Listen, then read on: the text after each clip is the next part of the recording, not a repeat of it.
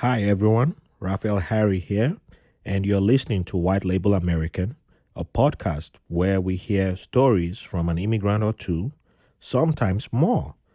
Thank you for listening and enjoy the show.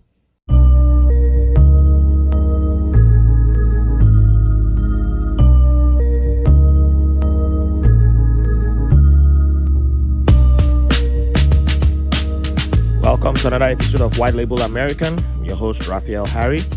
Thank you all for joining us today.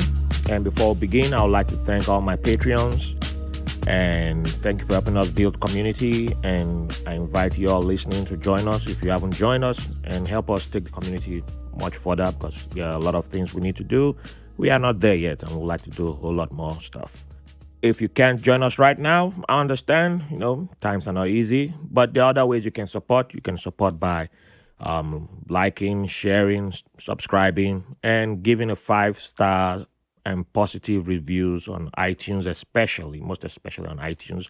Help us climb up the algorithms. We don't have the money to advertise or, compete with a bigger podcast out there. So, hey, help a brother out and help. I'm trying to raise a daughter. So, I'm spending time on that. So I can really be competing with the big guys. So help me out, please. But keep the love coming in. I appreciate everyone who's done that already. And at the end of the month, I'll try and give a gift card to one reviewer and one new Patreon. All right.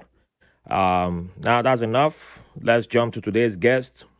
She's someone who I wouldn't have taken certain steps that I've taken without a lot of steps that I've taken because I knew since the day I met this woman virtually, my growth as a podcaster just, went up positively, went up, in a great way.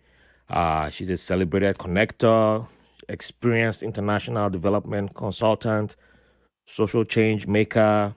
She is the co-director of Africa PodFest, an advisor for Google Podcasts, and she just brings worlds together. And I'm so grateful for this woman because thanks to the work she does, I got to know so many podcasters on the continent, a lot of Africans in diaspora like myself, who are also content creators. I've been in touch with so many people and it's just been beautiful. It's a great experience and I'm grateful for this woman and I'm so glad that she's joined us today. So without much further ado, welcome Josephine Karianjahi. Yes, I got it? perfect. Hey, You got it. You got it. Thanks for hey. having me, Raphael. Welcome, Really welcome, good to join. welcome. So how you doing today? Today, it's the weekend. The weekend is over here. I'm in Nairobi, Kenya right now. So, the weekend is over. That's the feeling. I mean, it was a great weekend, but it's over. It's over. So you just get that feeling on Sunday. I know. But thankfully, we can have a good conversation, and that kind of makes it much much better over here. Thank you for saying what you did. It's really something else to have other people experience some of the things we only dreamed were possible. Yeah. In terms of connecting people in Africa who are content creators or switching into podcasting, experienced podcasters, people in between. And it's just been an incredible journey so far. Yeah, so let's do this. All righty. Yeah. So we'll come back to your work. Okay. So before you got to be Josephine of the podcasting world, let's begin from the very beginning. Where was Josephine born, and where was her place of birth, and what was childhood like for you? Wow. I was born in Nairobi, in Kenya. That's for people who are not so familiar. That's kind of south of the equator, but still the center and capital of Nairobi. I'm, born to two Kenyan parents who also are from Nairobi, and their parents migrated to Nairobi a long time ago, or just outside Nairobi. And I grew up, went to primary school here, grew up very much, like many African kids, close to my family members, extended family members, spent a lot of time with my cousins. Shout out to all my cousins. I know they're going to listen to some of these episodes because of you. And also just, being able to kind of do things like hang out with friends. I grew up in Nairobi, which is it's a very multicultural city. My primary school was very multicultural. Got to go to school with kids whose backgrounds were that their parents were born in other countries and then they moved to Nairobi. Their parents were were from all over Kenya, all over Africa, and also their parents were, had brought them to Nairobi and were experiencing this multicultural city. Yeah. So that was a very important part of my childhood. I went to a great school, one of the Aga Khan schools, which is a public school in Nairobi. And if people know the Aga Khan network, it's a network of, it's an education network around the world. They do all kinds of education projects in countries with majority Black and brown people, like Kenya and many others. And so they created a hybrid kind of model where they were part of the public school system, but they kind of added a little bit more content in terms of drama programs, music programs, sports programs that, a lot of people who went to public school in Kenya may not necessarily have had a chance to experience. Yeah. So I knew really early on, we even had a school magazine. Like, if you can imagine, like, just, a magazine where you feature the kids and they get to take it home and, they have pictures of themselves. And, for kids who grew up with all of that, yes, that's very okay. But, if many public schools in Kenya and other African countries don't necessarily have this exposure. that's true. So that was a very important part of me growing up because I got to understand what the stage was like. We had a really fantastic drama teacher, Mr. Adwar. Shout out Mr. Adwar. If you're listening to this, I'm sure he's into podcasting somewhere in the world. And he was really great at helping us kind of understand how to think about poetry, think about writing, think about drama and the stage. And so although I knew, you had to focus on your studies, I knew there was this whole other world where you could explore creativity and you could connect. And so by the time, we got to the national exams, which are a very big deal in every context, you get to, so I did 8 years of primary school. And at the end of the 8 years, we did a national exam with all the kids from across the country. And then from those results, you were selected to a school. So imagine these 12, 13-year-old kids studying for an exam, which will determine what kind of high school you go to. Yeah. So I know a lot of people can relate to the stress of being really, keen on that. I've enjoyed school and I've been fortunate to have opportunities to, be able to excel in certain areas in school. And, that helped me go to one of the top girls' schools in Kenya, Precious Blood Secondary School. Yes, it was a Catholic girls' school. I was just about to ask. From the name. It was in Nairobi also. So they picked students who are from Nairobi. It was very competitive and very focused on academics. Was it a boarding school? It was a boarding school in Nairobi. And it was very strict. I mean, super, super strict. Like, was something we did. We didn't really have a visiting day. Oh, wow. Like, we're told you'd either choose between having a visiting day, which, maybe parents come and visit you at boarding school every week, or you have a midterm where you get to go home. You don't get both. Oh. So, of course, everybody chose the one. I think it might be similar in Nigeria, too. I was not a boarding student, but from what I can recall, most of my boarding friends never had their parents visit, except on midterm when they came to pick them to take them home, or on some holidays like state holidays or federal holidays that were like 3 days. I went into the weekend, then something like that. Yeah. So.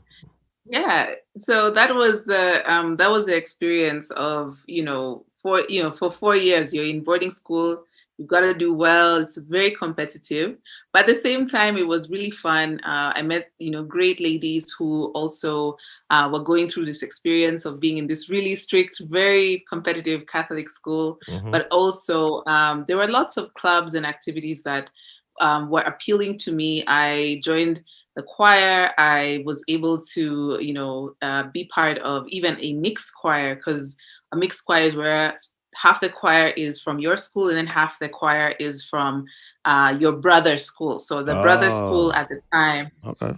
was Lenana High School. So those of you who know Kenya know that those are very, I think, well-known schools in Kenya.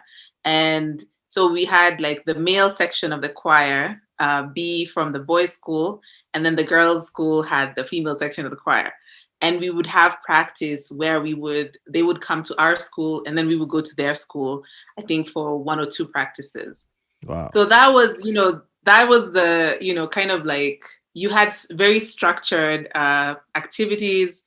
I taught Sunday school at the mission church, which was next to our school. We had, all kinds of different little activities around school. I, kind of try to figure out what else could I do apart from these intense studies, Mm-hmm. because I knew there was some value to that. Played a little volleyball, so it was very much like a little bit of extracurricular. But again, we spent time kind of preparing for our next national examination, which was after 4 years. And this one, kind of really shapes your life, in Kenya, because if you want to go to affordable university, you have to do very well in this national examination.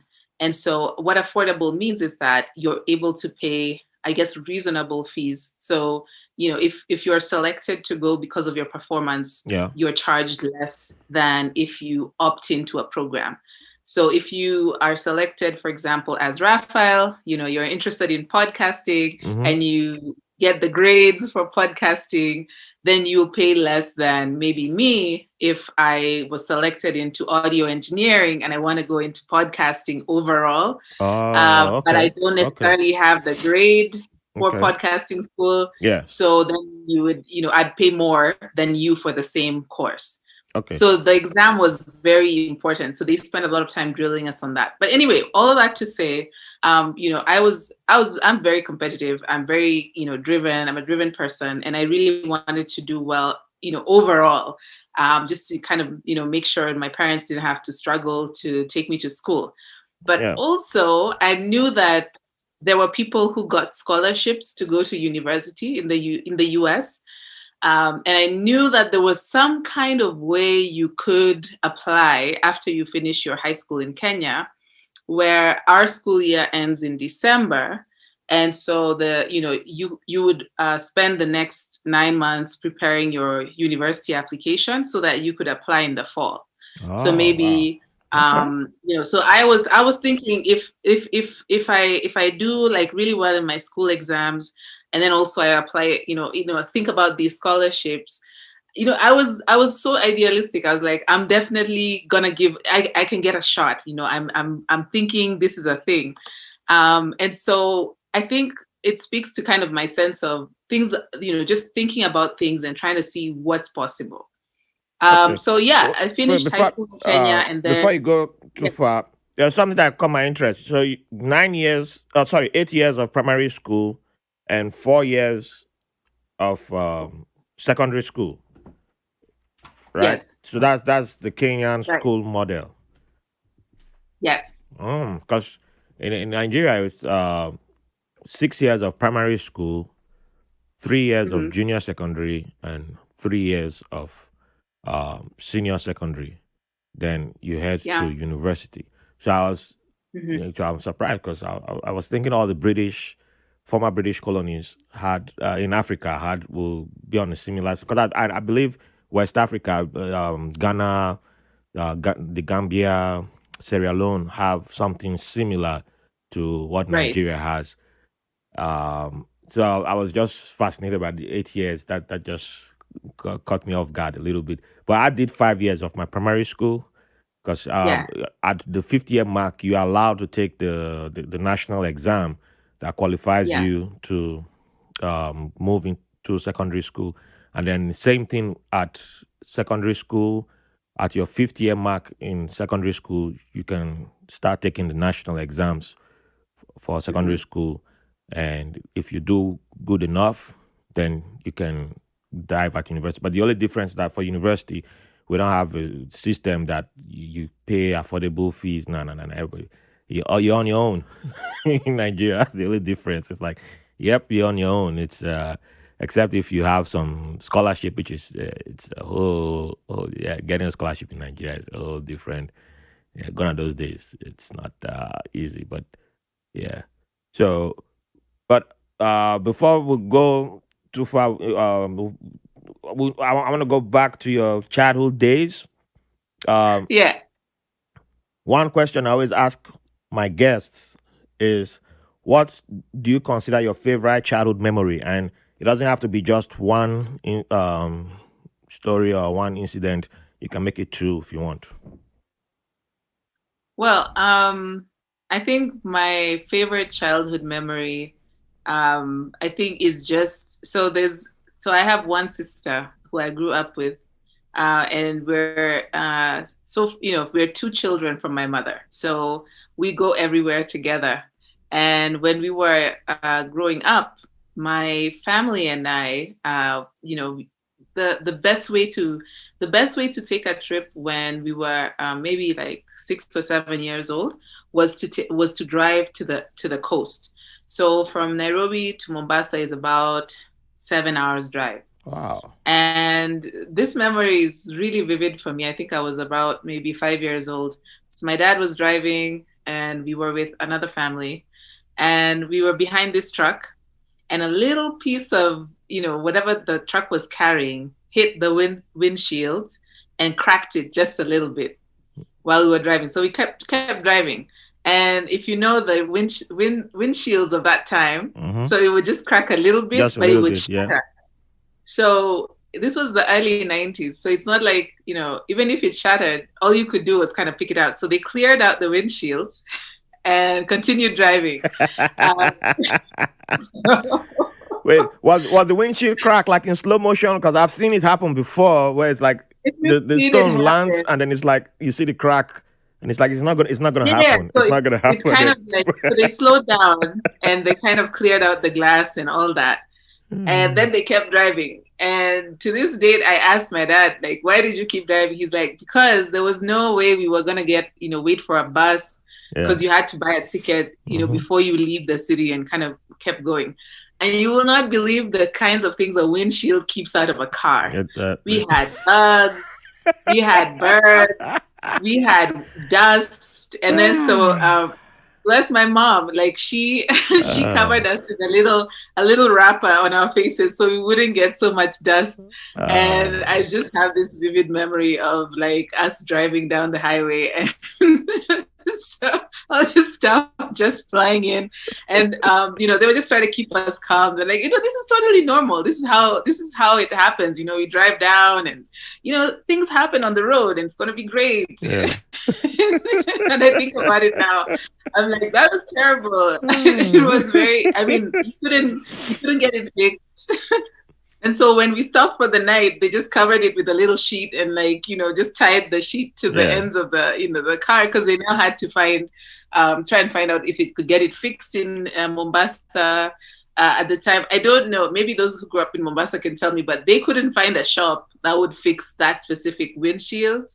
I think it was like a very early model, Toyota, like it was a very popular car in Kenya. It still is, but an early model. So the main dealer was back in Nairobi. So we drove back with They, this, they probably had we to could just order take it the off. windshield.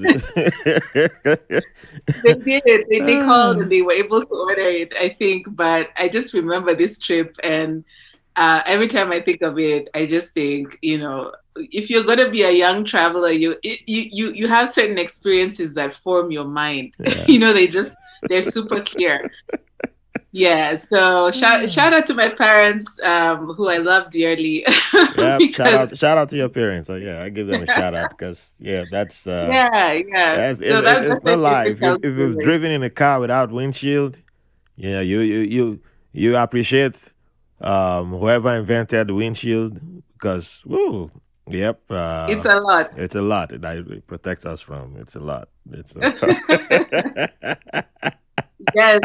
So, those kinds of things, they stick with you. They stick with you. Indeed, indeed, and while you were sharing that memory, I just recalled one of the trips we had back during my younger days, and I think we were traveling. I can't remember where we were traveling from, and the windshield stopped working, and that was of all days. That was when one of the heaviest downpours ever decided to happen, and they still kept driving, and it was like somebody put their hand outside. I was like, yeah. No, that's It terrible. was terrible. It was terrible. Yeah, I was like, then you're a kid. You're like, it's no big deal. It was a big deal. It was Now you look back, you're like, whoa. if that happened to a vehicle you're in now, I don't know if we'd be laughing. I think Not we'd be praying. especially We'd be praying. now that I'm a parent. I don't know if I even have that confidence. I'm just probably gonna pull over. Except if I'm in a town that I don't like the vibe, then I'll probably say, okay, let me just try and drive to the next town. But other than That's that, the thing. Like with travel, I think in Kenya, a lot of people just keep driving. Just yeah. because maybe what you'll find when you get there, but in between, it's Mm-hmm. not always so clear Oh yeah. whether you get what you're looking for. Like just a specific windshield wiper for your car, or like a windshield, or like something very specific. Even though things have changed now, I think people still worry about being able to get what they need. When they're on the road traveling from town to town. Oh yes. But that was a beautiful memory. It's a beautiful one. Yeah. So, you're wrapping up secondary school, and Yeah. you've began to consider, the idea of getting a scholarship has popped into your head. How did that idea first come? How did you first come about that idea of getting a scholarship? So one of the things that I've always loved about the Kenyan kind of education story is that even from the 60s, they had this program called the Airlift. Hmm. So the Kennedy Airlift, they call it, where African students were airlifted to the US, and they went to US colleges and universities. So that started in the 60s. And one of their most famous students was Wangari Maathai. Oh So she got yes. airlifted, and I've been a fan of hers for a long time. Yep. And One of I Africa's believe she was greatest part of the leaders. first airlift program. And so, for me, it kind of planted this idea that people go and study in the US. And even though that program was canceled, or kind of outlived its time, I still thought it was possible. I didn't know all the details. I think we didn't have that much information. Bear in mind that this was early 2000s. And for a lot of us in Kenya, you still, like, for you to access information, you had to go to a cyber cafe Yeah. and, and they would help you open an email account. And then once you had that email account, then you could kind of start, figuring your way around the web. So it's not like I wasn't completely illiterate, online, Yeah. but I had very little information because, again, in boarding school, you don't get, a lot of your classwork is offline. True. And so, even if you had a computer science class, it's specific to the program you're working with. It's not an opportunity to go and read up on whether you can get a scholarship and go to the US. Yeah. But Yeah. we did have a good library where, people who had gone to our school would also take, kind of send brochures back to the school, and then the school would keep them in the library. So we kind of had a sense like where students were going, and a lot of students were going to really great schools. Some of them went to even Ivy League schools. Some of them went to state schools. Some of them went to small liberal arts colleges. So they kind of brought this sense of, okay, you went to this high school, so yeah, maybe you're going to have a chance to go to the US. You get the idea and start working on the plan. So did it take you the whole 9 months after secondary school, or how long did that take you to come to fruition? So what we did was, I think you had to have SAT 1 and SAT 2. So I finished school at the end of November of my the fourth year of high school. And then you would have to wait maybe a month or a month and a half for your results. So in that period of time, I took the December SAT 1 just so I could know, if I had a good score. And if I Okay. didn't have a good score, then I would have to study, and kind of take something else. I also took my SAT 2s. I think I took German SAT 2. So I just had one SAT 2. And then I started researching. My specific search was which colleges and universities in the US offer scholarships.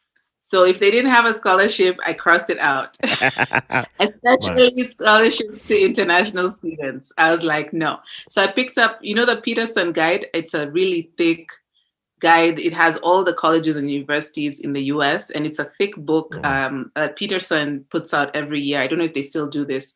And somebody at the US Embassy in Nairobi was running, was running an education center.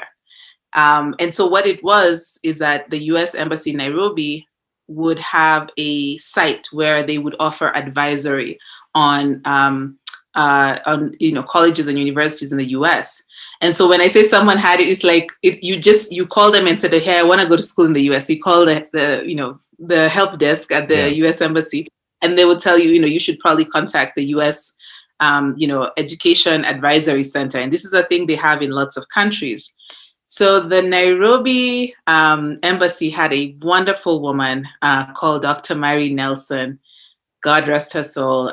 She was an amazing advisor, a university professor who had moved to Nairobi and just, stayed in Kenya and become a huge part of the education framework here.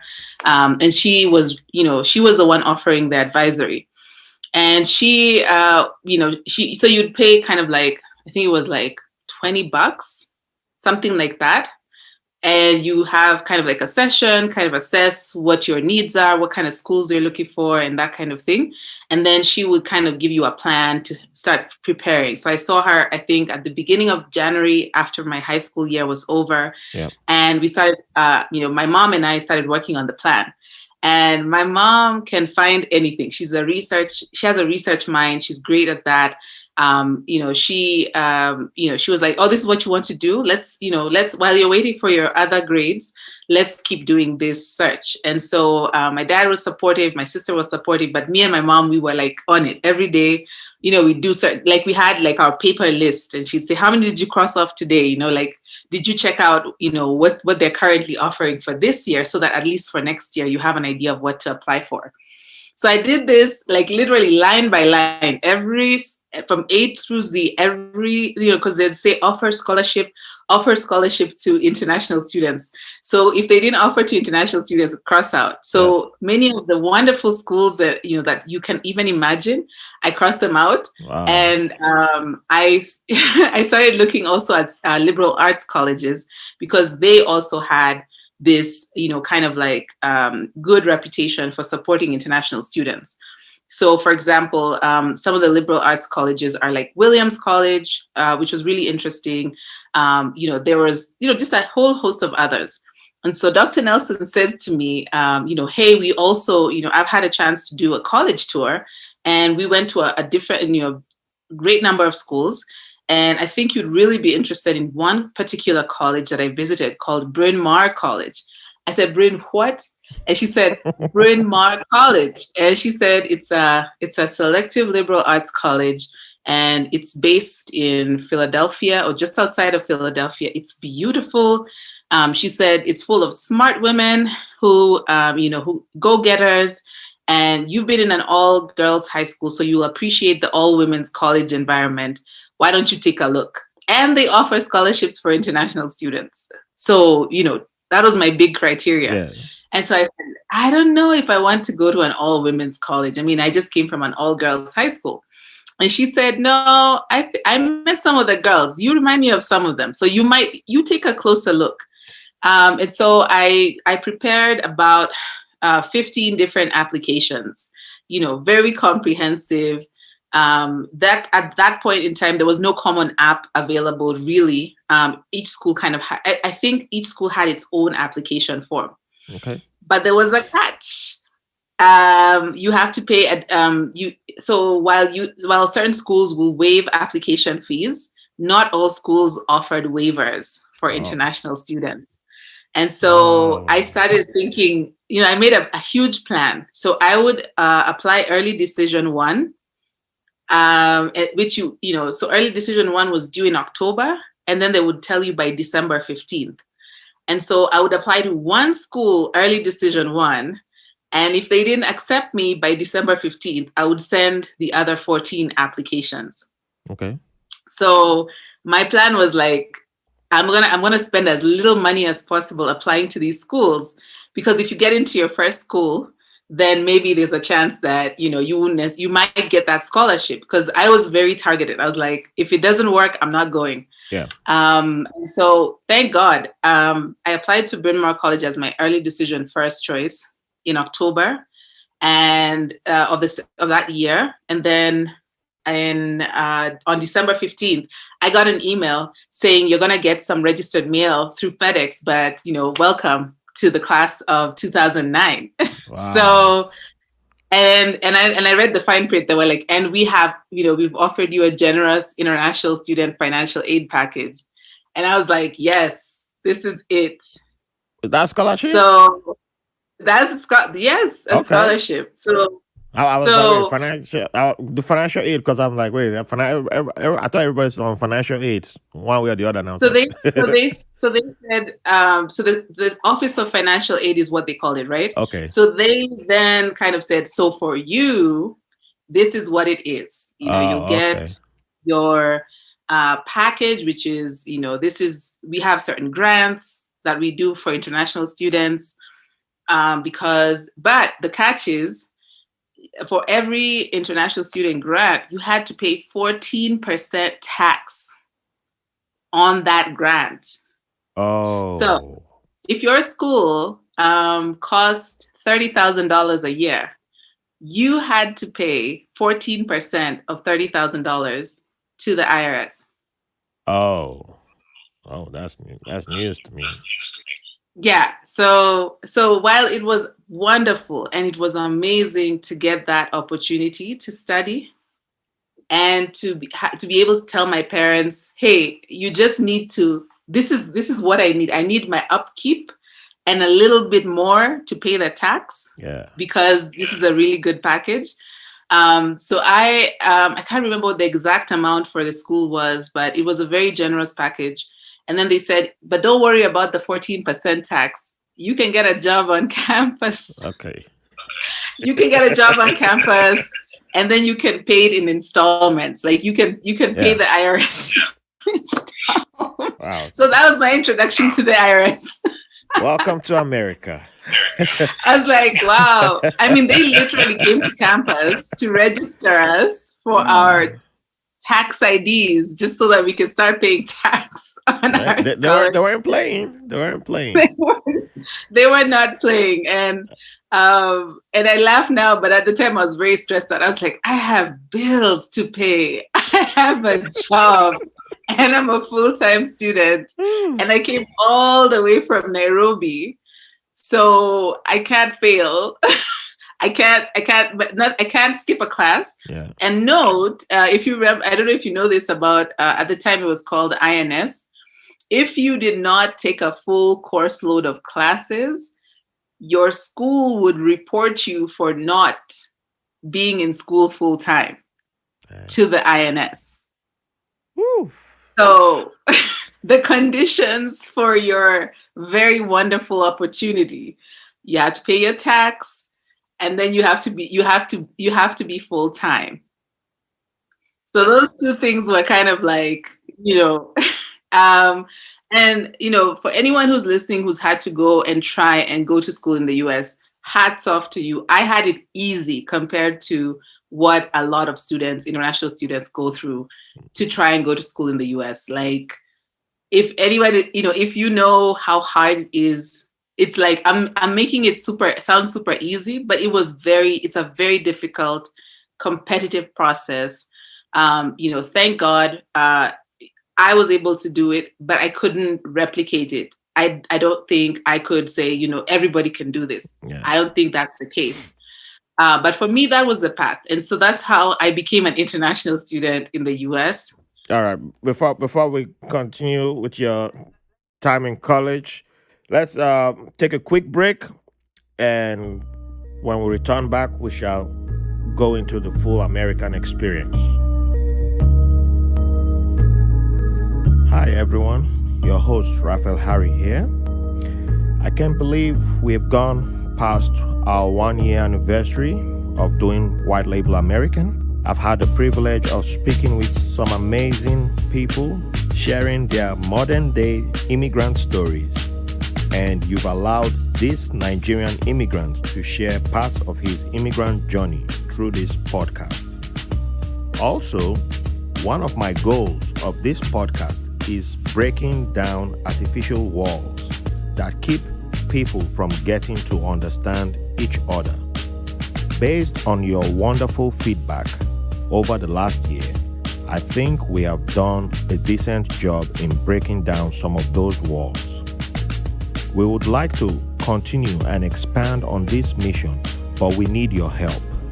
I've had an amazing time creating and producing episodes for this show largely on my own.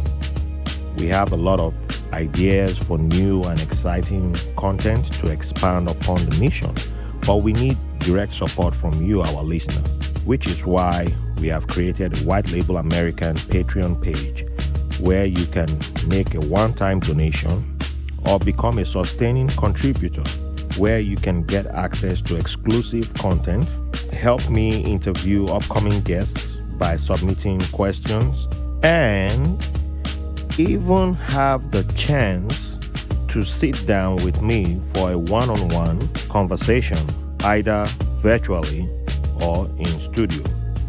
So if this podcast means something to you, and if you really love this show, think about becoming a sustaining contributor and donating by going to patreon.com/whitelabelamericans.pod. Thanks for listening and for the privilege of your company. So welcome back. And now we are officially in the United States. So you've been hit with you've gotten the scholarship and you've gotten the extra welcome package with the scholarship. That's how I'll call it now. But while you were letting us know everything that came with your scholarship package, my interactions with international students started making sense now because I'm a veteran and I served in the Navy, and thanks to that, I got funding for going to school. But a lot of us don't really see it as we see it as no big deal because we can't sacrifice our bodies. So there were times where in our interactions with international students, some of them are from because a lot of immigrants are veterans, and like, hey, well, why don't you come hang out with us? And the international student, I don't have time, and like, you're so stuck up. A stuck up person is this, you don't have time for your fellow people. Who the hell are you, kind of thing. Well, it makes sense, if we didn't know, but it makes sense because if I were in that person's shoe, I wouldn't have time. I wouldn't have time. I would think about paying back.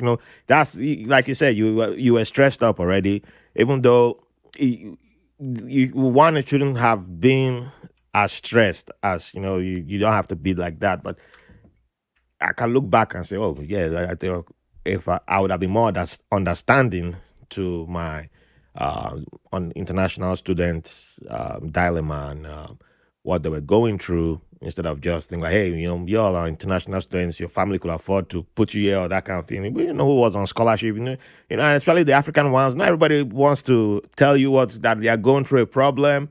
We try to hide our thing, put on a brave face. So yeah, it's I'm more understanding now, and yeah, I'm not going to just blanket everybody like but and I hope people listening will be more understanding. Like yeah, even if you know the person's family and the person's from a wealthy family, it does not mean they won't have struggles.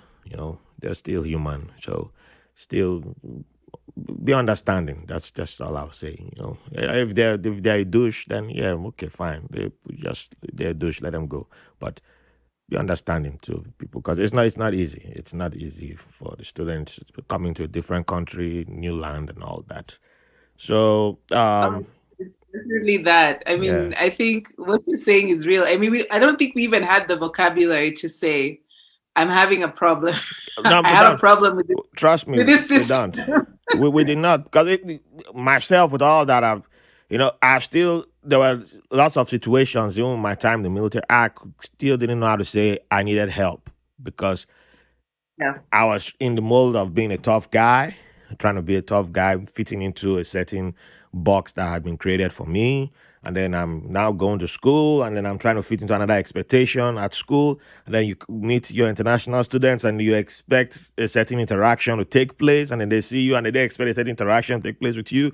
And then you meet students who aren't international, and then another interaction is expected, and so you start seeing the clashes happening, and then you get it why some veterans were like, I'm not even talking to anybody. I'm just going to be on my own side. And then everybody starts creating their own walls and all that kind of Yeah. thing.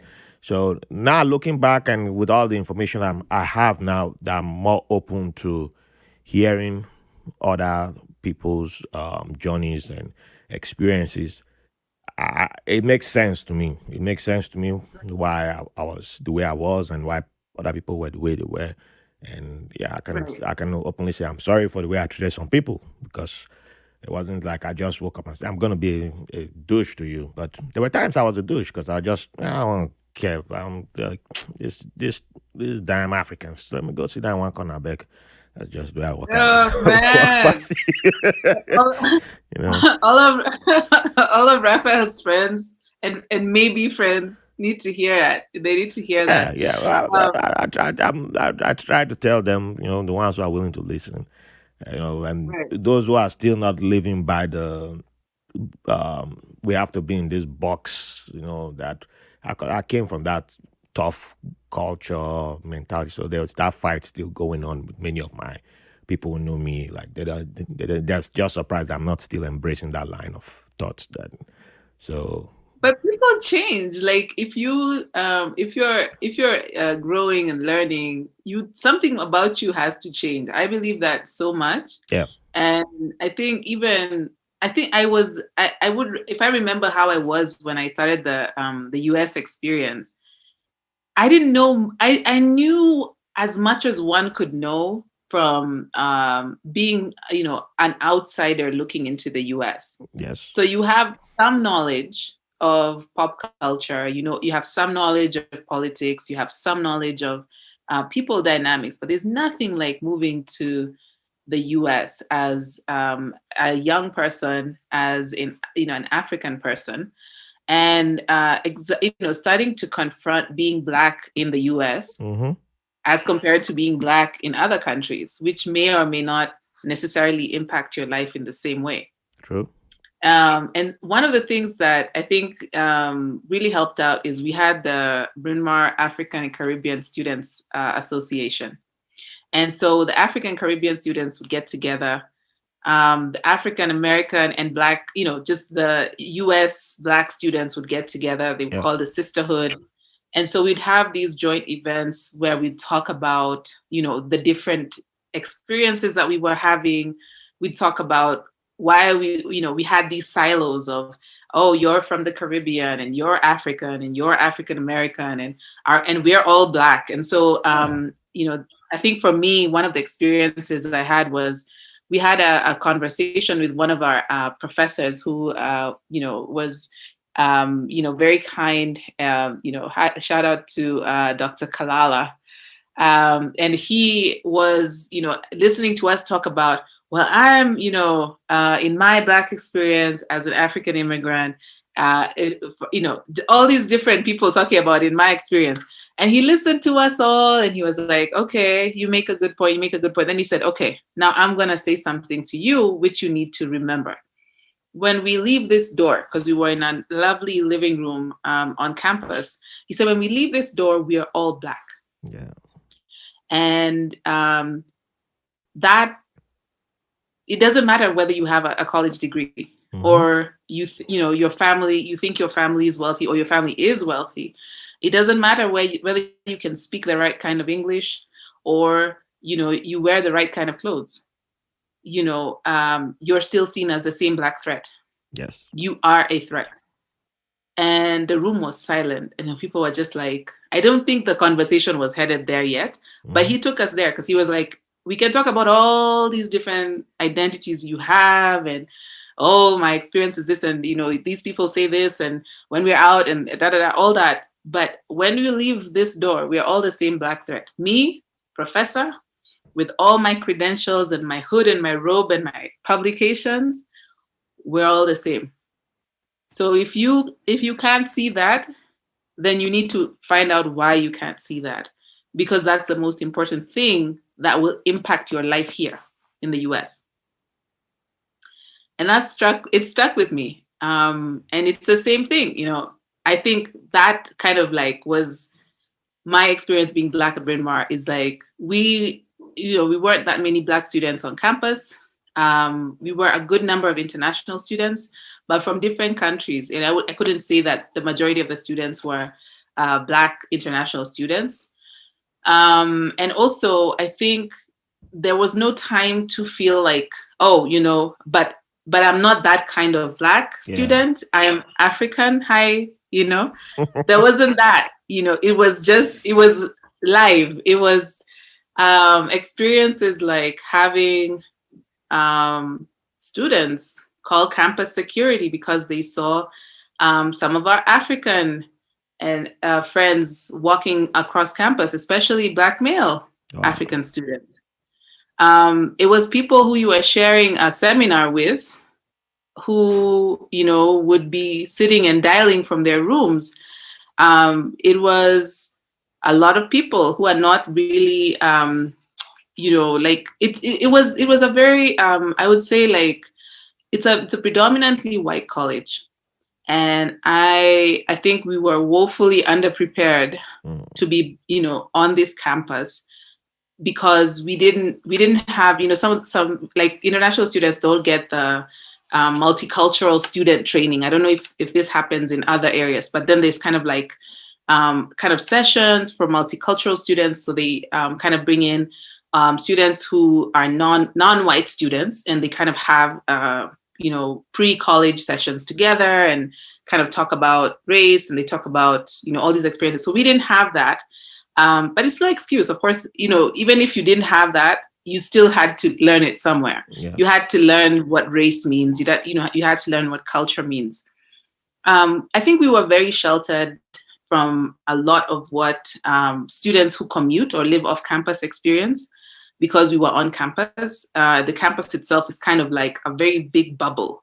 And so, but the minute we left campus, I remember when a friend who was taking us to see a movie in the city was driving, and the police in just near Villanova University, which is of course like the nearest huge university is Villanova University. Yeah. He was stopped, and other friends were stopped. So there was constantly like, yes, you're in this kind of like very college environment, but the minute law enforcement gets involved, you guys are the black students.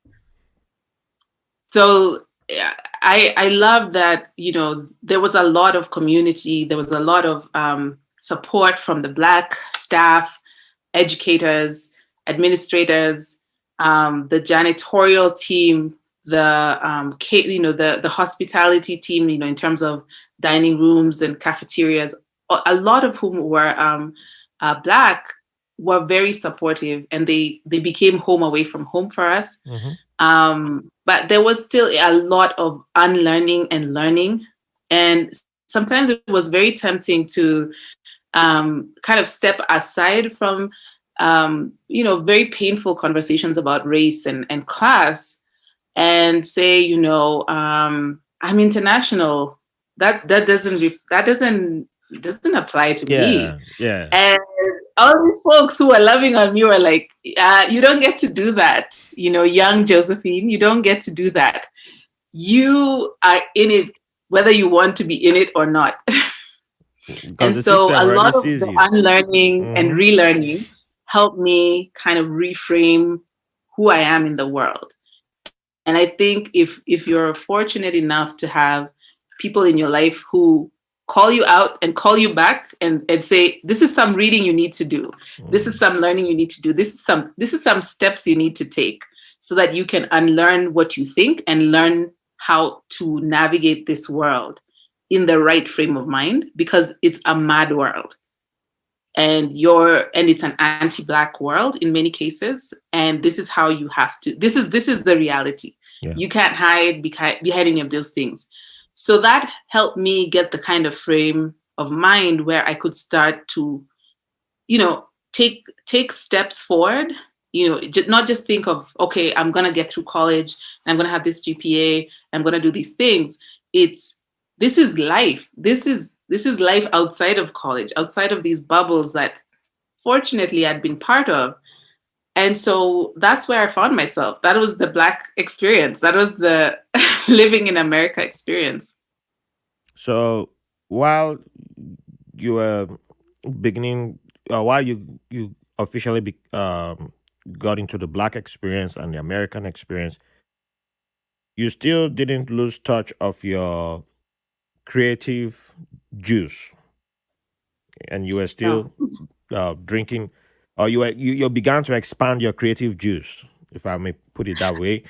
And yes. And also, there's something I forgot to mention in your in your amongst your introduction. You are also a polyglot.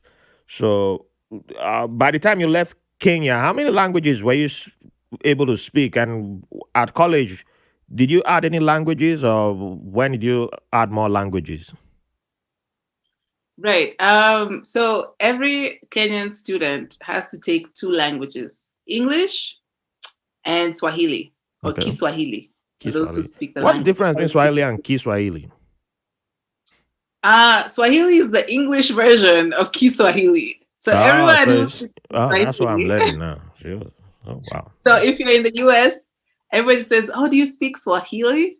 And if you're a Swahili speaker, everyone says, "Do you speak Kiswahili?" Kiswahili is the correct. That's so heartbroken for me. That's a real heartbreak for me. We're learning. We're just learning and growing. Yeah. I shouldn't have asked that question. Now I'm so heartbroken. I don't want to learn Swahili anymore. No, you don't learn Swahili. You learn Kiswahili. Oh man! I didn't want to know the answer to that. No, it's all right. It's all right. Yeah. We're still this. It's like learning. We're in that. We're taking notes. We're taking notes. So every student in Kenya has to learn English and Kiswahili formally in school for 12 years. So I already arrived in the US with those 2 languages. Personally, I'm really interested in languages. I took German in my school because that was the only European language offered. They didn't offer French, they didn't offer Spanish, they didn't offer Italian.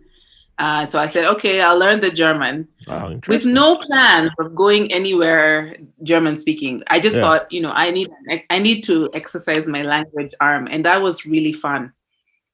Because the German program at my high school was full of activity. Our teacher was super passionate, and there was literally like a student German cultural scene for high school students that was organized by the Goethe Institute in Kenya. And Oh, yeah, so there was one in Nigeria so too. They got yeah, so yeah. they would organize high school students to, kind of get together around language and culture, and you could win prizes. You could win German books, and you could meet other students who are studying German. And then when I went to college in the US, I was really interested in a new language. I didn't want to study German anymore, and I started Japanese. And Wow. Japanese is so cool because it's not only spoken and written, but it's drawn. So,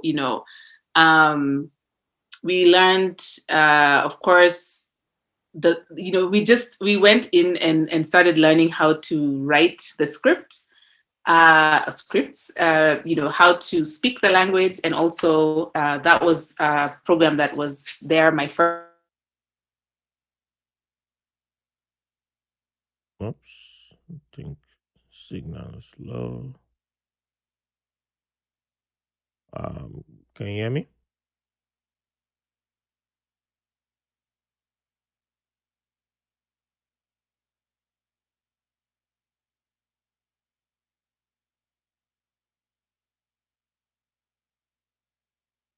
Oh, I think oh I think I lost you here for a second. Yeah, that connect. Yeah. It's that international. Yeah, you are talking about learning Wow. So Japanese. I was, yes. So the language dorm on campus, I lived in that, and then got to study a year of Japanese in campus as well. So that was really cool. So most people I know uh who got to learn Japanese or speak Japanese, um, anime played a big role in their life. Well, they love anime. Do you love anime or do you watch anime? I don't. I do not. You just Uh, you sorry, just have sorry. a love for the language. Yeah, I just love the language, and so I would lie. Like, sorry, anime fans. I know it's really cool. Yeah, It's amazing. it is amazing. I'm not a fan of anime. It's okay. I am a fan of Japanese food. A huge fan of Japanese food. And the interesting thing is, I don't practice my Japanese very often, but Dusseldorf, where I live now, is the biggest has the biggest Japanese community outside of Japan. Really? Wow. Yes, so it's like the Japan away from Japan. Huge I did Japanese not know community, that.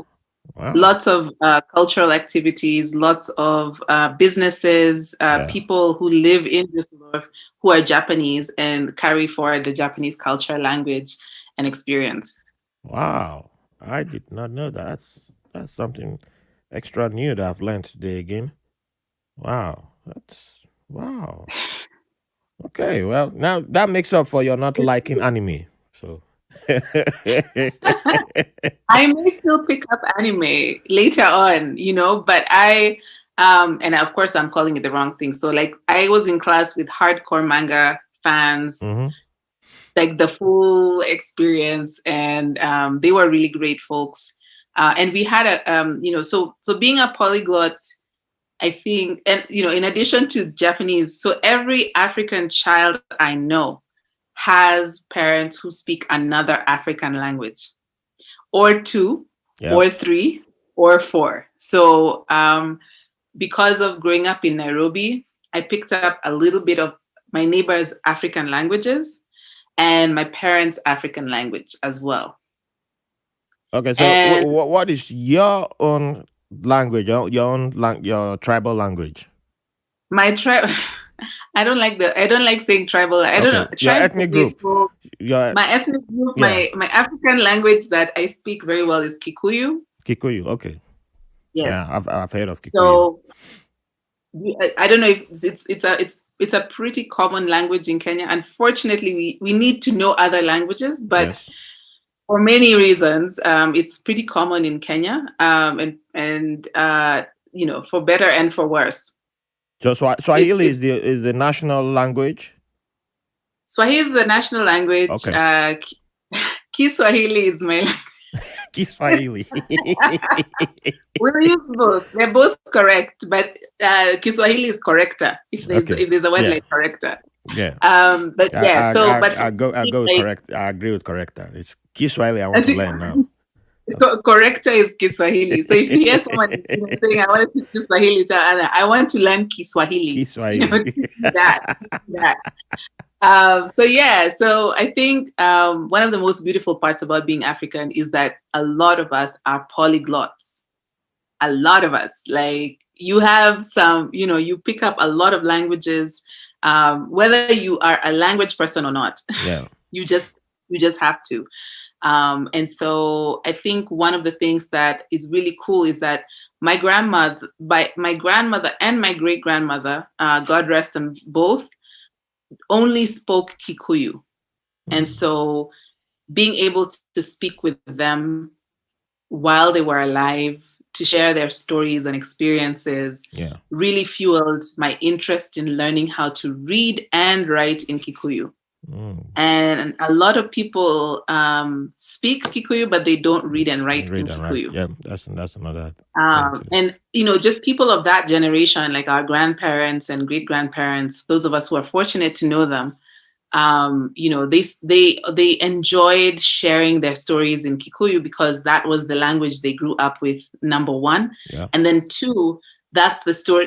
Where there's a language where your stories are spicier. Yes. And your memories are more vivid.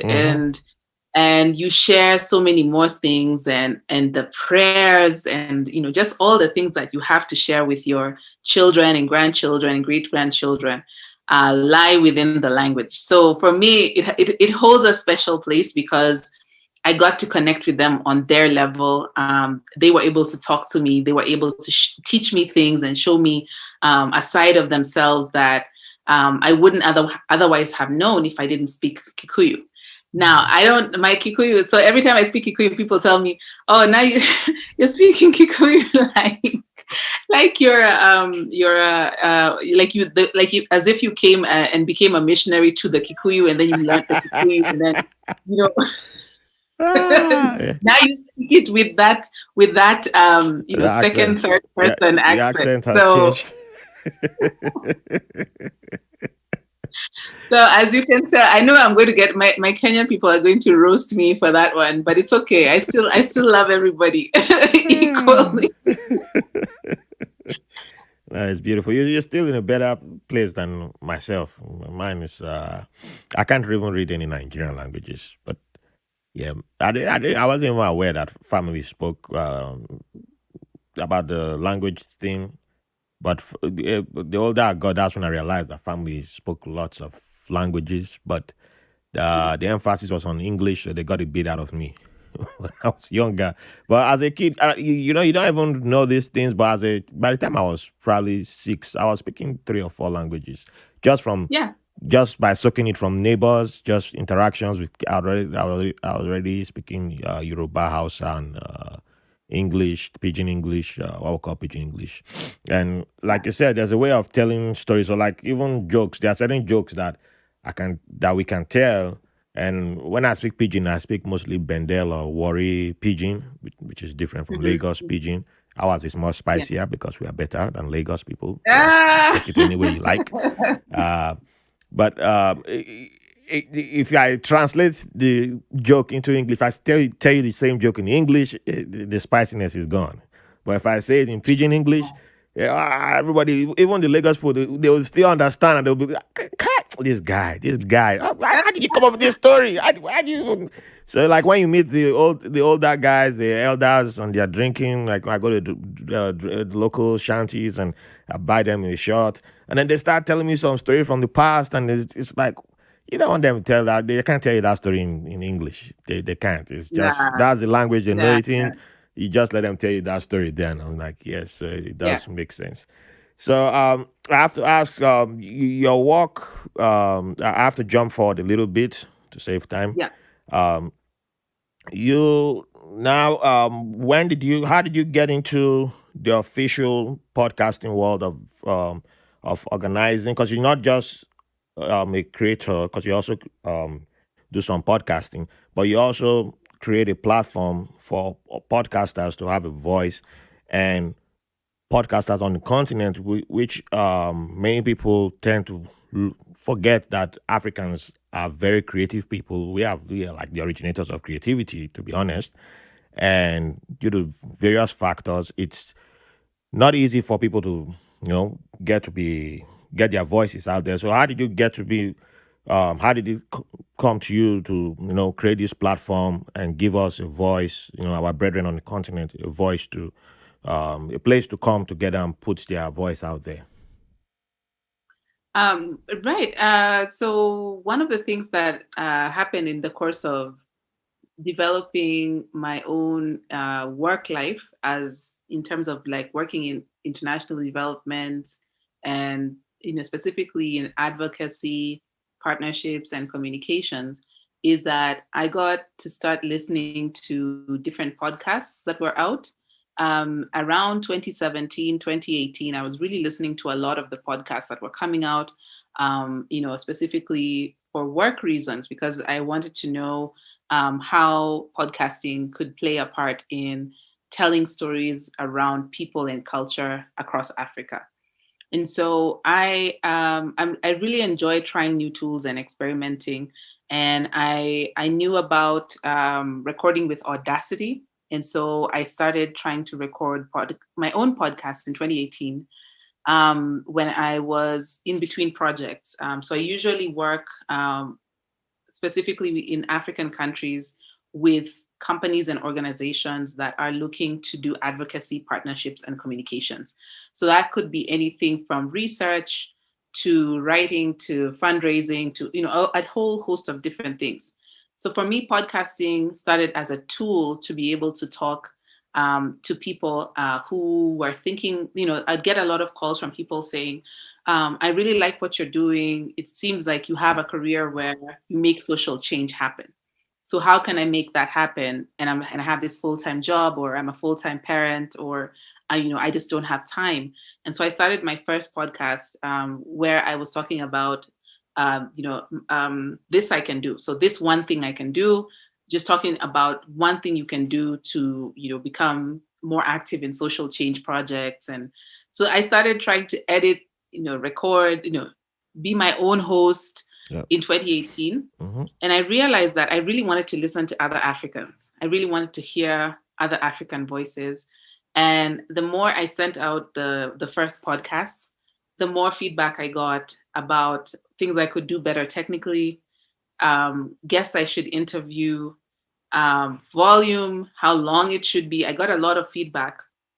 But I also realized that the same problems I was experiencing in terms of learning how to be a better technical podcaster were some of the same problems my friends who are in Kenya were experiencing as they were developing their own podcasting initial podcasts, or kind of like their first episodes. And so that's where the idea came to kind of get people together in Nairobi, which is our home city, to talk about podcasting. So Africa PodFest started as a way of bringing together podcasters from Nairobi to talk about podcasting. And when we started thinking about, what about other people in other African countries? Because even the people who were in Nairobi, a lot of them came from other African countries and happened to live in Nairobi. And so at the first meetup, you had podcasters whose roots were in all parts of Africa who happened to be in Nairobi. And we kind of talked about some of the things that existing podcasters were going through and some of the problems that novice podcasters were going through. And we realized that there was an absolute ceiling. If we don't develop our own capacity and our own voice and kind of like connections and our space in Africa as podcasters, none of us is going to grow. We just realized that was a big problem. So I, as white label American, as an African in America, an American, with an African experience, you can grow in certain ways, maybe because podcasting is pretty advanced in New York City. But if you really want to connect with African content, African podcasters, if we don't grow too, then we would never connect. And so it would be great to be a great African podcaster in New York City, but it's not that great if there aren't any others like you, because then, for me, it's like, well, Yes. okay, it's great, but is it what you really, really want? And so we formalized Africa PodFest as a company to bring people together around podcasting and start building the ecosystem around African podcasting. We were very ambitious from the start. We're still very ambitious because we know from experience with other technologies and other tools is that if we don't build it ourselves, chances are someone else who may not necessarily understand the context of being African or, creating and content creating as an African would just come and, put something together, and that would be it. Yeah. And take charge of the narrative. Probably get funded to do it, run with it. And we would be observing from the outside, kind of like observing this happen in our own space. So one of the things we wanted to do was celebrate African podcasters. So we launched Africa Podcast Day. We invented Africa Podcast Day as a day to celebrate African podcasters. So it did not exist on the calendar. For those of you who don't know, it has never existed before 2020. It was not a thing. Now it does. It's official. Now it does. And it has a life of its own. 12th of February. Yes. The day before World Radio Day. And so we also put together Africa PodFest for 2020. We thought it was going to be the greatest, kind of gathering of African podcasters. And people even bought tickets. We booked a venue. We were ready to go. And 1 week before everything was supposed to go live, because of COVID-19 regulations in Kenya, we had to shut everything down. We were not going to be allowed to have any meeting with international travelers, and people were flying in from all over. We had some great podcasters lined up. And so we had to shut everything down. People had bought tickets. We had to give them back their money because nothing had happened. And thank God we were able to do that because, people have their money back in their pocket at the beginning of a pandemic, which still hasn't ended.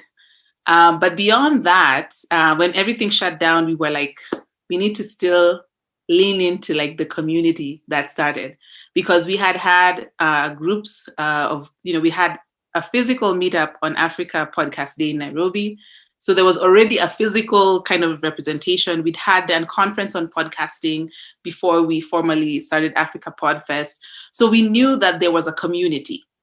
But the thing about the pandemic is that without the kind of community that we needed, we couldn't grow into the African podcast space that exists now. There have been African podcasters since the beginning of podcasting, like in the, as early as you can remember, but there hasn't been a global African podcast community. Yeah. And so Africa PodFest kind of fills that void and creates an opportunity for people to connect, have fun, talk to each other, learn from each other, and celebrate this very lonely journey, which can be, podcasting alone. And also we know that it's not yet, we don't yet have a full representation of the full African experience on mainstream media. True. And so we are really looking for voices of people who are outside what we consider mainstream media, people who are representing communities that aren't heard in typical media. We're also looking for opportunities to grow the knowledge. Right now, there are a lot of courses that are being offered around podcasting. A lot of them are out of pocket. Like they are just too expensive for the average podcaster. I don't know any commercial podcaster who has actually been able to fund their education. Like a lot of people are bootstrapping their education. A lot of people, even across the continent, are using a simple cell phone and their headphones to podcast, and they want to know how to do that better. Yeah. So whereas in some contexts, we're having a conversation about, I want to podcast, and so I have this equipment, and so how do I go about it? A lot of people are saying, I don't have any of this equipment. I don't have any of these opportunities. I just want to podcast because I have something to say and I think people should hear it. And I have a phone and headphones, and I have a closet, and I have like a blanket I can put over my head. What can I do? Go. And so people have been exchanging information about how to podcast with each other. We opened up our platform to feature African podcasters. We've had great conversations with you. This is how we met, actually, because we started having IG lives, and Yeah. you said, "Hey, everyone who's an African podcaster, join us. We're having these conversations with African podcasters." And so we really wanted people to hear from a diverse group of African podcasters, and we're still planning to do more of that. And also just to be able to get a space where you can grow as a person, make new friends when we can't be together, and also learn how to podcast and enjoy African podcasts as well. So that's the short version of how I got into podcasting. Yeah, I've been enjoying a whole lot of the African podcasters, and the beauty of the platform is, I come in contact with a whole bunch of people claiming to have a network for Africans, and it's just technically one part of Africa only. But Africa PodFest has introduced me to people from literally from the north to the south to the east to the west, and I have podcasts from every region now that I can pick and choose and say, okay, yes, if I want a podcast from Egypt, I can listen to a podcast from Egypt. If I want a podcast from Algeria, I can listen to a podcast from Algeria. If I want a podcast from Ghana, Nigeria, from Kenya, Tanzania, I have a podcast that half of it is in, I think it's uh, Kiswahili he speaks. So maybe I might finally learn it too, because he speaks a little English, but I listen to it. I listen to it, and there's the South African ones that just appeared on, and there's a whole bunch. But now I have my catalog is full of African podcasters in there, and when I write to them, they always like, "Hey, will you really listen to it?" I say, "Of course. Why you think I'm just?" Right. Oh, I love it. I love you guys. I'm making great content, and I'll give you the shout out. And I hope people listening will check them out. There are a whole lot of them. I share them on my Instagram all the time, and on Twitter, I always retweet a whole bunch of African podcasters. Yeah, please support them. And yeah, it's a great thing that you guys are doing. And what's the plans for the future? And have you guys started planning for after the pandemic? Yes. So, like you said, kind of like one of the things that's really critical for a future in African podcasting is being able to fuel it. So, one of the things that we've done is we've opened up, we've shared our platform with African podcasters, and we've asked people who love African podcasts to help us build this community. So we've put in a lot, we've invested a lot into the space that we've created so far. But we've also opened it up so that people who love Africa PodFest and what we're doing can actually support us individually. And people have been really supportive. And what it takes is that, you buy us a coffee, and a coffee is three US dollars. And some people can buy 10 cups of coffee, and some people can buy one. Some people can, send it to somebody who, can have asked their friends to support us.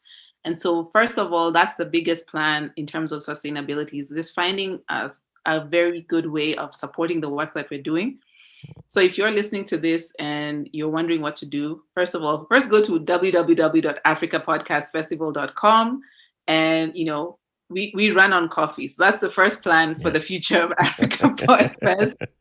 And that also applies to institutions who are in the media space, who want to partner, who want to make solid investments in podcasting. And so many of you have responded in kind. You've sent, people send us all kinds of things, your content, your curricula, your episodes. We do try and listen to all of them. The other thing is that we are going to continue with our mission of bringing people together. And we've been able to do that this year in a big way on Africa Podcast Day. We brought together the first global African podcast, kind of gathering online that's been done. Oh, yeah. And everybody has been asking us this valuable question: who was behind it? Let me tell you who was behind it. myself and Melissa Mbogwa, my Oh yeah, Melissa. co-director. There is no, some of you have been asking who's the brains behind it, who was the technical this. Our entire team who we worked with was African or has been born in Africa or lives in Africa and identifies as African. So anything you loved about it, the technical, the online, everything was created for and by Africans. This is important to us because a lot of things that are built in Africa aren't built by Africans. Even though they work, even though they're really, really smart and they make our lives much easier. So if we can continue to do that, we will have achieved our goal. Like just in terms of starting us off. There are also there's a lot of research that we're doing in terms of helping you understand who African podcast audiences are. And that's something that we've been expanding from about 2019. We've been doing quite a bit of research in that area, and we always share that research publicly. We've also created a database of African podcasters. If you're not there and you are curious about what that is, so it's a free registration to be part of the African Podcast Database. And that is one of the leading ways to be discovered as an African podcaster. You can be searched by country and by topic, which is not always easy for people who are looking for African content, as you can attest. Yes. And the other thing is that there's some nice surprises coming coming up. I don't want to say too much right now. We just pop. You have to follow us. You have to follow us on Twitter and Instagram and Facebook and on our web. Just sign up for our newsletter. And so that's at Africa PodFest. So AFRICAPODFEST. So you have to follow us there. That will help you get a sense of where we're at and where we're going. We have a Substack. That's where our newsletter is. So africapodfest.substack. So you can read all our past newsletters, and we always write them ourselves and share content, new episodes, news and views from across the African podcast world. And so those are the things that you can do to, kind of like see what's coming down the line. We are so committed to one thing, is making sure you hear directly from African podcasters. So if you think you have something unique to contribute, please check out our website, www.africapodcastfestival.com. Drop us a note. Let us know what you'd like to do, what your unique take is. And if you want us to also appear on your podcast, like I am here right now, we do try and make sure that we can. Scheduling is not always easy, as you can attest, but we try and make it happen. So, first of all, Raphael, I just want to say thank you so much. You've been supportive from the day one. We haven't met. I didn't know Raphael before. You didn't know us. We were just, good conversation. Lots of, kind of like touch points where we're like, yes, this makes sense. This makes sense. And so, we try and create it so that it's an open space, meaning that if you're respectful and you feel like people should be included, and you want to feature Africans, and you are African as well, that's a space for you. A special note for everyone from the diaspora. I am part of the African diaspora. You are part of the African diaspora, Raphael. That is your space too. As you grow in the world of global podcasting, and you will, and you are, we know that there's always going to be a place and a part of you that wants to be home. Yes. So we are creating that space in whatever shape it takes. And it's, like you said, many people can talk about creating community, but the work of creating community is very, very hard. It's in practice very hard. And sometimes we get ideas from the community and we try and implement them. Sometimes people say, hey, I want to do this event. And we say, hey, when is it? We'll publicize it, and people have also created outshoots of their own work where they have content creating meetings. Like right now, Afroqueer Podcast is having a series of events. Oh, I don't know if you've seen. I saw the flyer. Yes. And they're just phenomenal events that are around the podcast, but specifically for content creators across Africa, and specifically content creators who are either identify as the LGBT plus community, or identify with being African and part of the LGBT plus community, or, are content creators in Africa who want everybody's voice to be heard. I think I believe that's the broadest way of saying it. Yeah. But if you are a podcaster, I think we want you to create events, and we want to kind of share them out with the world and make sure people come to them as well. So if you have an event, please let us know. If we see it, we'll kind of try and get a sense of what it is, but we'd love to hear about it from you, because podcasters are already doing too much in terms of like, you're already creating content and you're doing all these things. So if you're also gathering, we want to hear from you. And also, like, tell us so that we can tell others. We try and make it easy. We make little forms that you can fill really quickly and talk to us. And we read as much as we can, and we try and respond to as much as we can. So if we don't catch your message, please resend it. We really do try. Yep, that's true. If you don't get successful once, send it again. Keep sending. Don't give up once. Keep sending. And I think one of the most asked questions is that, can you listen to my podcast and review it? What do you think, Raphael? How would you answer that question? I say yes, you can. But I say it this way: because I need the 5 stars and positive reviews on my iTunes. So do that on iTunes. And if you have a negative review, be kind to me. Send me the negative review. I'll read it. I'm not gonna say no. I'm not going to read it. But if it's not constructive, I'm not going to take it. I'm not going to use it for anything. I'll move on, because I came from a lot of non-constructive criticisms in my life, so I've already dealt with that, and I keep dealing with that because there are people who refuse to support me in my journey. But I prefer you to give me the positive reviews and push me up, support me. So keep bringing it coming. That's what I need, and that's what others need. And I personally support every podcast that I've come across, even those whose work I don't agree with. I still give it the 5 stars and say, okay, I'm not going to subscribe anymore, but I'll give it the 5 stars and I walk away. That's me personally. That's how I do my thing. And the podcasters who I no longer talk to, they can testify that, hey, they still have the 5 stars. So give support. You can give the 5 stars. You can do it. People can do it. You can bless somebody with the 5 stars and move along. And move along. And talk to them in private and say, hey, maybe you should fix this, or maybe change that. Do it in private, And then if some people just gotta be people, so I say, all right, do you? Humans are humans. All righty. So thank you for your time, Josephine. You've been fantastic. So to wrap it up, what would you like to leave the audience with? So the final question. Could be a word from. It could be a sentence from your favorite book, or a song, or a line from a song, or just anything you'd like to leave the audience with to wrap it up. Yes, you've heard my story, part of how I came to be the person that I am.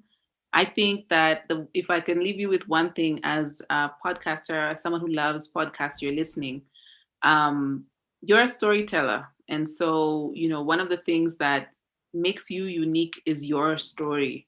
And in as much as we like to kind of put on our thought leader hat, or our, whatever title you have, you are more than the titles around you as a storyteller. You are a story within a story within a story. So we want to hear that. If you are able to, I know a lot of people might have challenges with their own podcast voice, or not necessarily know who should host their story or tell their story. That's there's space for you to make content in podcasting. And the last thing for podcasters, please try and make your content available in a format where people who may not be able to hear or are hard of hearing can access the transcript at least. and that an easy way to I do haven't that thought is of that. if you can post it on YouTube, the audio kind of automatically will be picked up, and then you can get it in a variety of languages as text. Yeah. Using that platform, there's other platforms that cost a little bit more or a lot more, but if you're willing to make the investment, I think people who can't access these tools will be able to reach them. And for the transcripts as well, people who read or can only access printed material can read what your voice is saying. So just think about ways of making your voice and your story accessible and authentic. Great advice there. And one thing about the voice, I was the guy who took me forever to get into podcasting because I never liked my voice. I said, growing up as a child, I only considered professional voices as white, but I never considered black as a professional voice. So I downgraded my voice, and it would take me going to therapy and addressing a whole lot of things in my life before I will accept that I had a voice that was worth listening to, and a voice that was beautiful, and a voice that was good. And so I also tell people, like, yes, don't downgrade your voice, don't downplay the voice that you have. Your voice is powerful, your voice is beautiful, and you have a voice worth listening to. So thank you again. Asante, I've forgotten the rest. I must remember that one. Anna, Asante, I love. Asante. Yeah. Yes, My language, Mbana, is thank you, is very easy. Just one word. Mbana. Mbana. So Mbana. you've already given the websites for Africa PodFest. Is there any other plugin you like to leave the audience with? Follow me on Instagram. Yeah, please do. Please do. So Please. my Instagram is Sparkle with Josephine. That's SparkleWithJosephine. All right. That's my Instagram. I spend a lot of time listening to African podcasts. So if you use the hashtag African podcast, chances are I will get to see it. I know for the folks who've been hoping and wanting to be featured, that's one way of sharing your content outside with the outside world. So please use the hashtags. I know it's hard. You're doing a lot of work. So Please follow me on Instagram, Sparkle with Josephine. And also use the hashtag if you're creating as an African podcaster, so we can all find you. You can also, find other people and give them 5-star ratings. That's right. and email them and tell them what you think behind the scenes. But really appreciate you, Mbana. I think I said it correct. Yes, Mbana. Yeah, Mbana. All righty. So thank you, and to the audience, Mbana, and keep the love coming in. Thank you for the privilege of your company. Thanks for listening to White Label American. If you enjoyed the show, we'll appreciate if you rate, review, and subscribe to the podcast wherever you get your podcast from. If you have any questions, comments, or have someone who will be a good guest on the show, or you want to be on the show, send us a message at whitelabelamerican@gmail.com. And make sure to follow us on Facebook and Instagram at White Label American. Thank you for your support.